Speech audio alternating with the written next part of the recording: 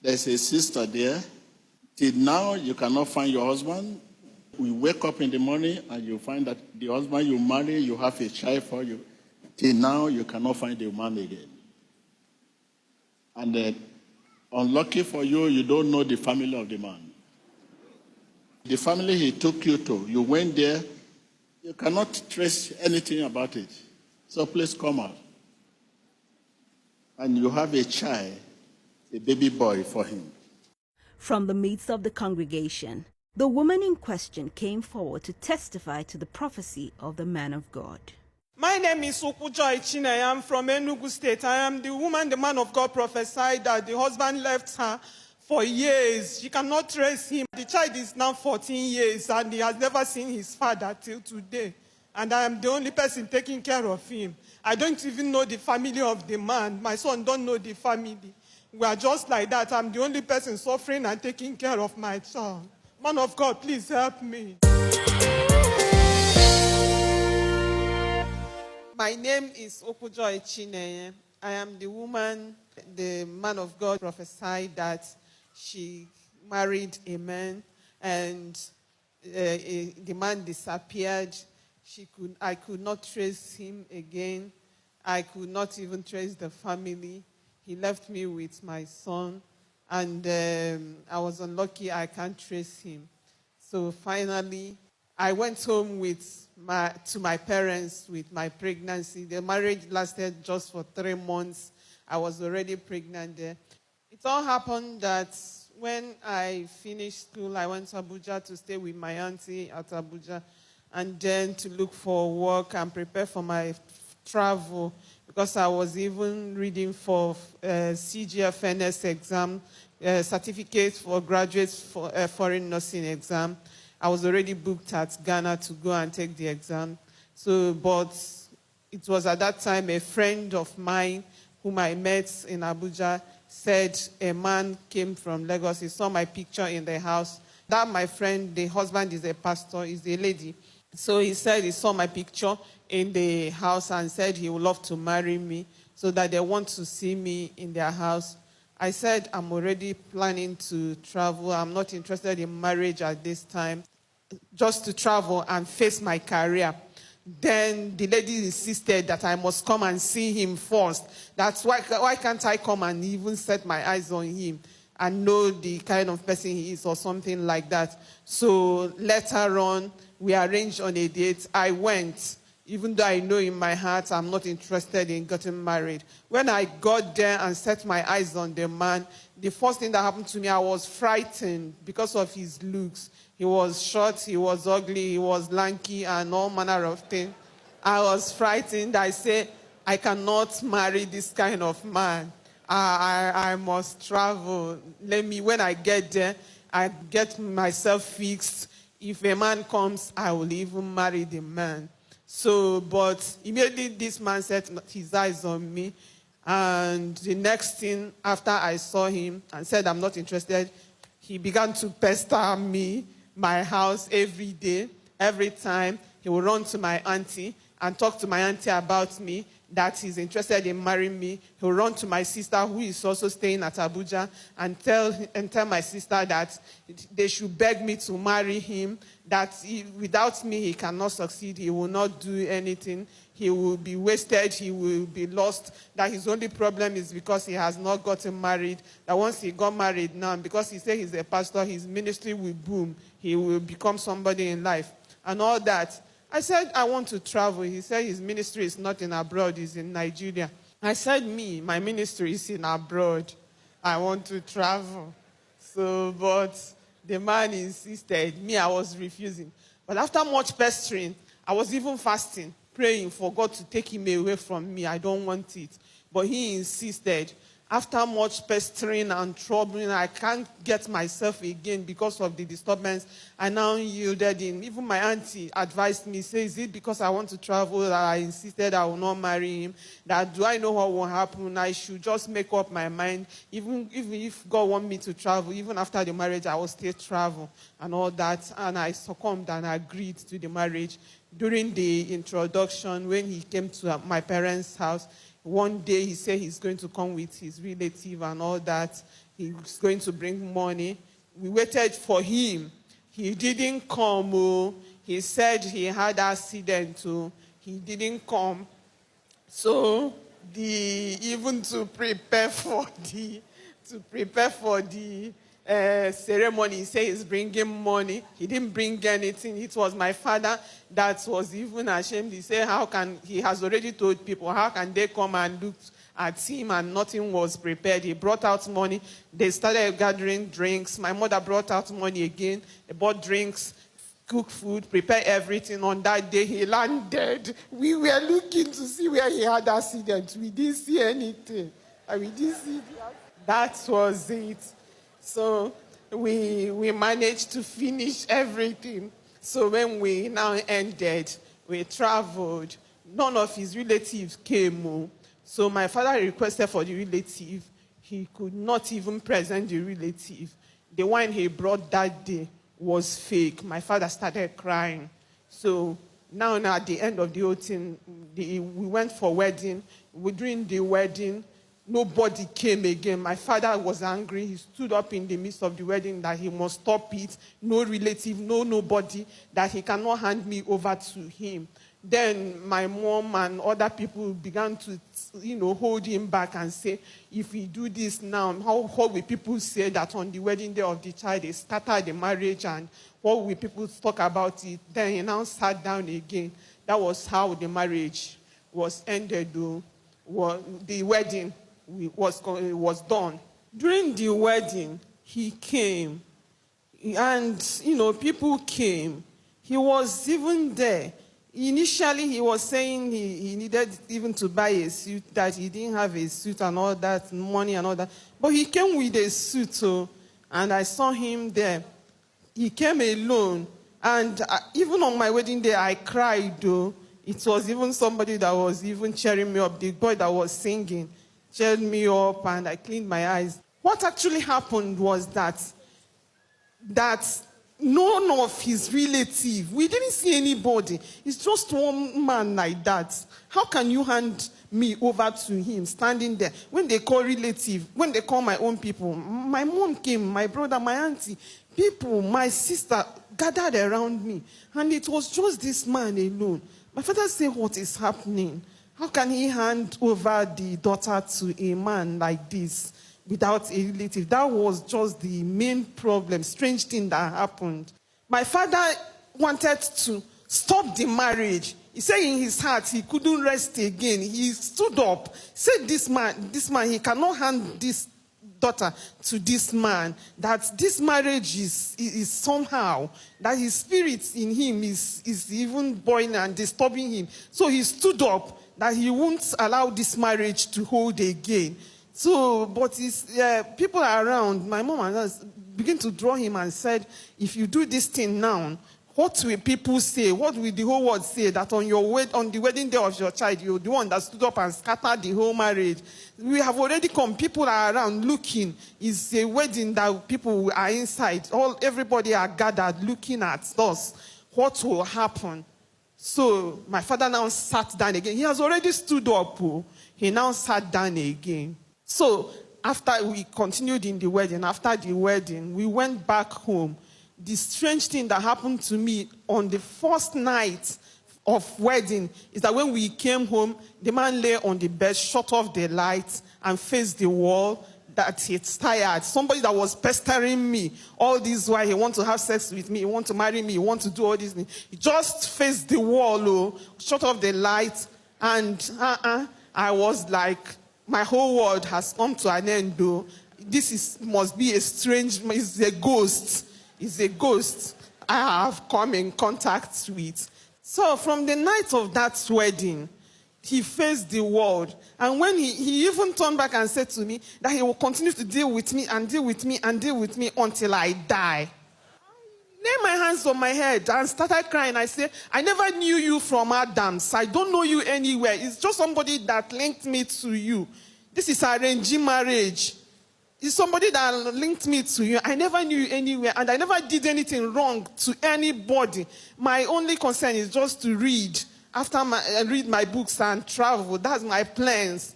I was just high in spirit. I'm going to travel. I'm going to do this and that. I'll be great in life. That's just my plan. After that, he began to disappear.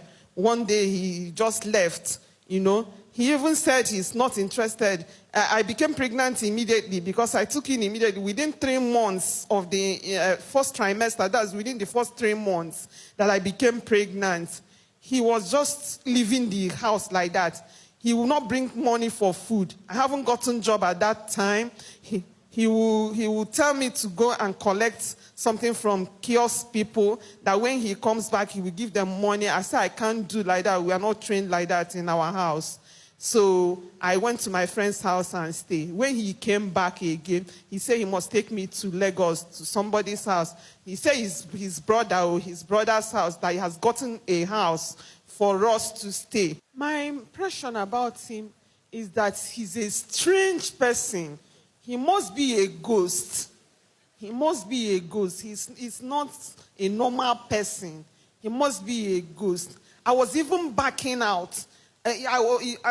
Sometimes when he put up those characters, I said, no, I'm not going with you. I'm not going to marry. I'll fret and I will pray and I will do all manner of things. But he will insist. He will come back again. He will do certain things. I don't know what will happen again before I will agree again to continue on in the relationship. When I got pregnant for my baby, as early as that age, one night he just used his hand and hit me on my stomach and blood just gushed out. And I started crying. I said maybe he wants to abort. He wants this baby to be aborted. He even said it with his mouth that I should not think that he's interested in this pregnancy. Let him that he's telling me that he's not even interested in this pregnancy, even though I'm pregnant, that I should not think that he's interested in this pregnancy. That was when it dawned on me that this is a strange person. He's not a human being at all. He's not a human being. When I became pregnant, and because of the whole situation and all that, I was depressed. I started having insomnia. I couldn't sleep. He was appearing in the dream, cursing me. He will be so aggressive when he appears. I've never set my eyes on him physically, but when I want to sleep like this, he will appear. Sometimes he will push me down and have sex with me. In the dream, he will be coming like that to have sex with me, to attack me and curse and say, "Utorobabuogi," and all manner of things. He will be voicing it out.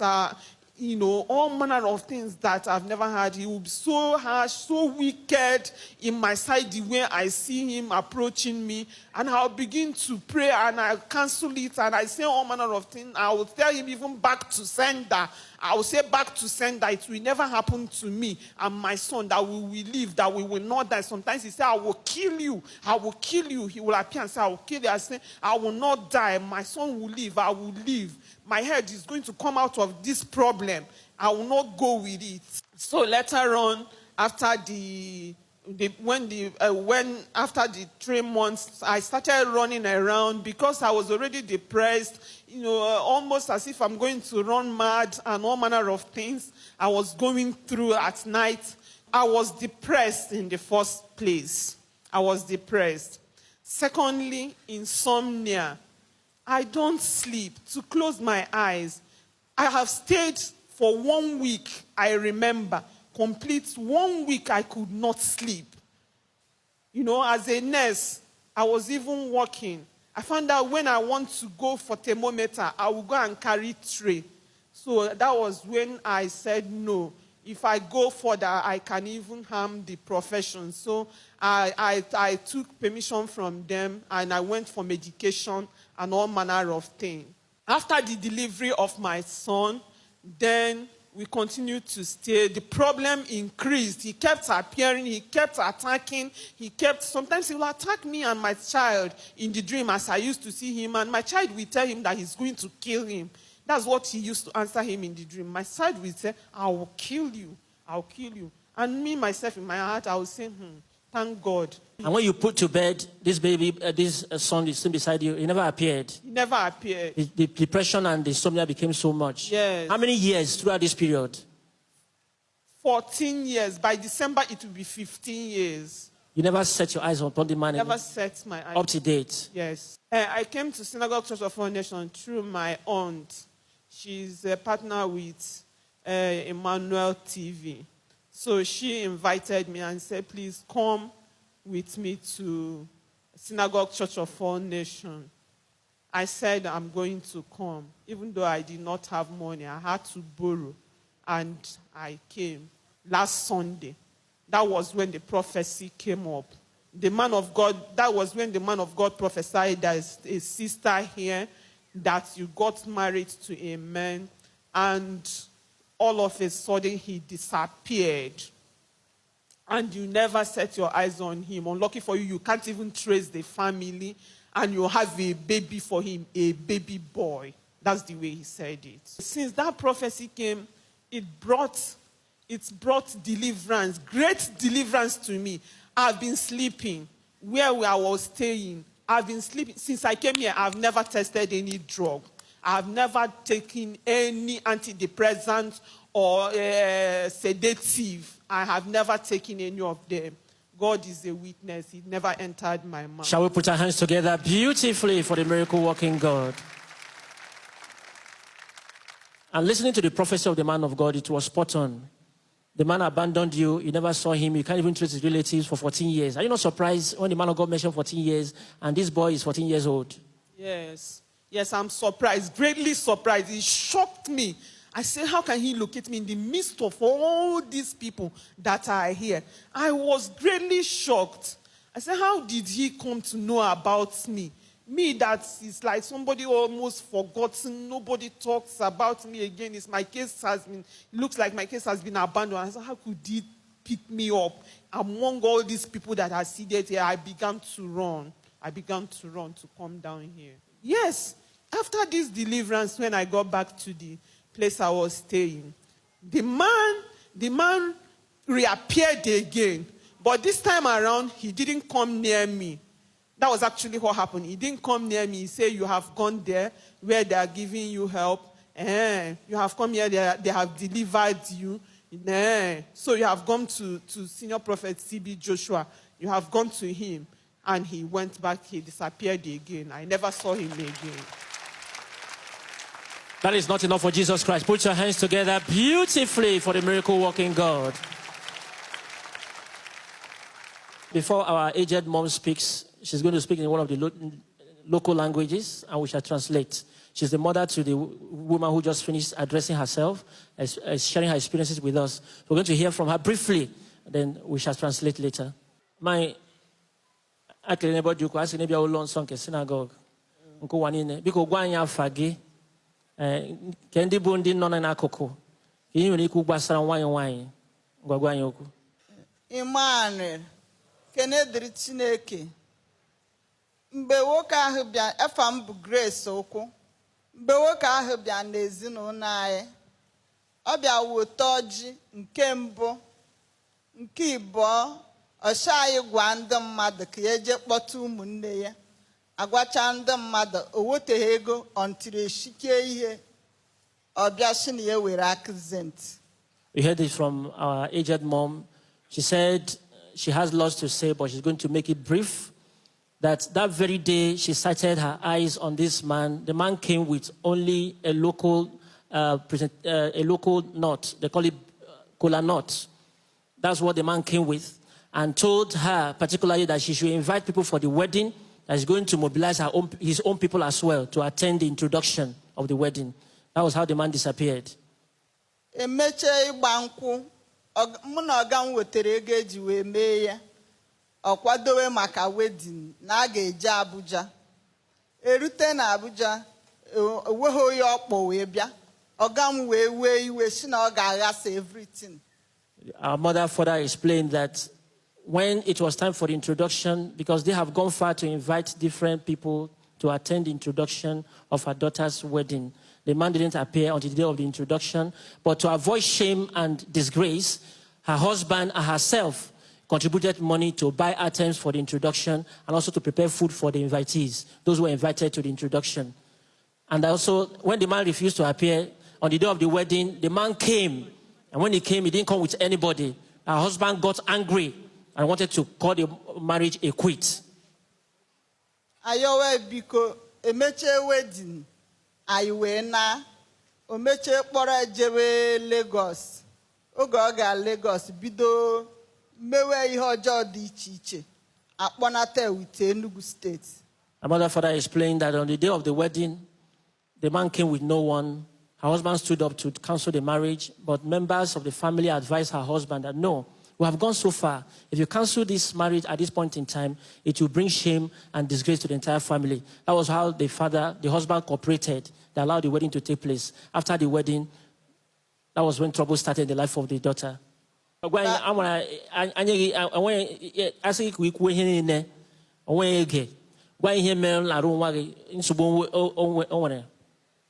Mgbe ọ bịara wee dị ime ọ nata n'Enugu steeti wee mụọ nwa ahụ. Since ahụ ọ mụrụ nwa ahụ ya akwụbe ha ruo tata. He said after all said and done, her daughter took in, became pregnant, the man did not appear. And after the daughter delivered this baby boy, the man did not appear. Ever since then, the daughter developed ailments, sickness of depression and insomnia. I'm ekene Chineke. Ihe nwa m kwuru bụ eziokwu. I'm ekene Chineke na o wetego owe ya. Unu soro m wee kene Chineke. Jehovah Emmanuel dị mma. Praise the Lord. Shall we clap for wonderful Jesus Christ? Our mother has crowned it all. She's here giving thanks to God. After the terrible experiences her daughter went through, finally she's delivered here in the Synagogue Church of All Nations. Her daughter is fully okay, and she's giving thanks to God for the deliverance. Once again, shall we clap for wonderful Jesus Christ? My name is Emmanuel Joshua. This is my grandma and my mom. What I want to say about the prophecy of Prophet T.B. Joshua is that it's all true. I don't have a father, but I have my mom, my grandparents, and my mom's family. And I cannot be happier. I'm so happy that God has delivered my mom from this illness that she has. Shall we clap for wonderful Jesus Christ? From what I heard and what my mom have told me, I don't think I want to see him. I don't want to see him. My advice is that the circumstance of your birth will not define your destiny.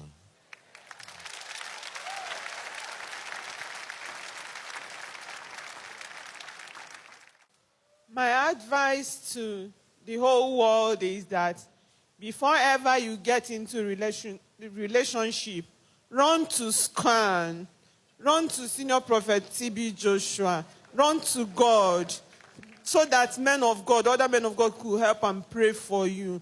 And be faithful to God. Have faith in God. Have faith in great men of God that God is using. Because they are doing the work for God.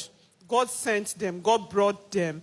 Go to them for advice, for prayer, so that you will not make mistake. Have faith in God. Never lose hope. I never knew my case would be traced. I never knew he could, the Senior Prophet T.B. Joshua could pinpoint my problem in the midst of the whole crowd here and handle this case today. Now I'm a happy person. I crack joke and I laugh.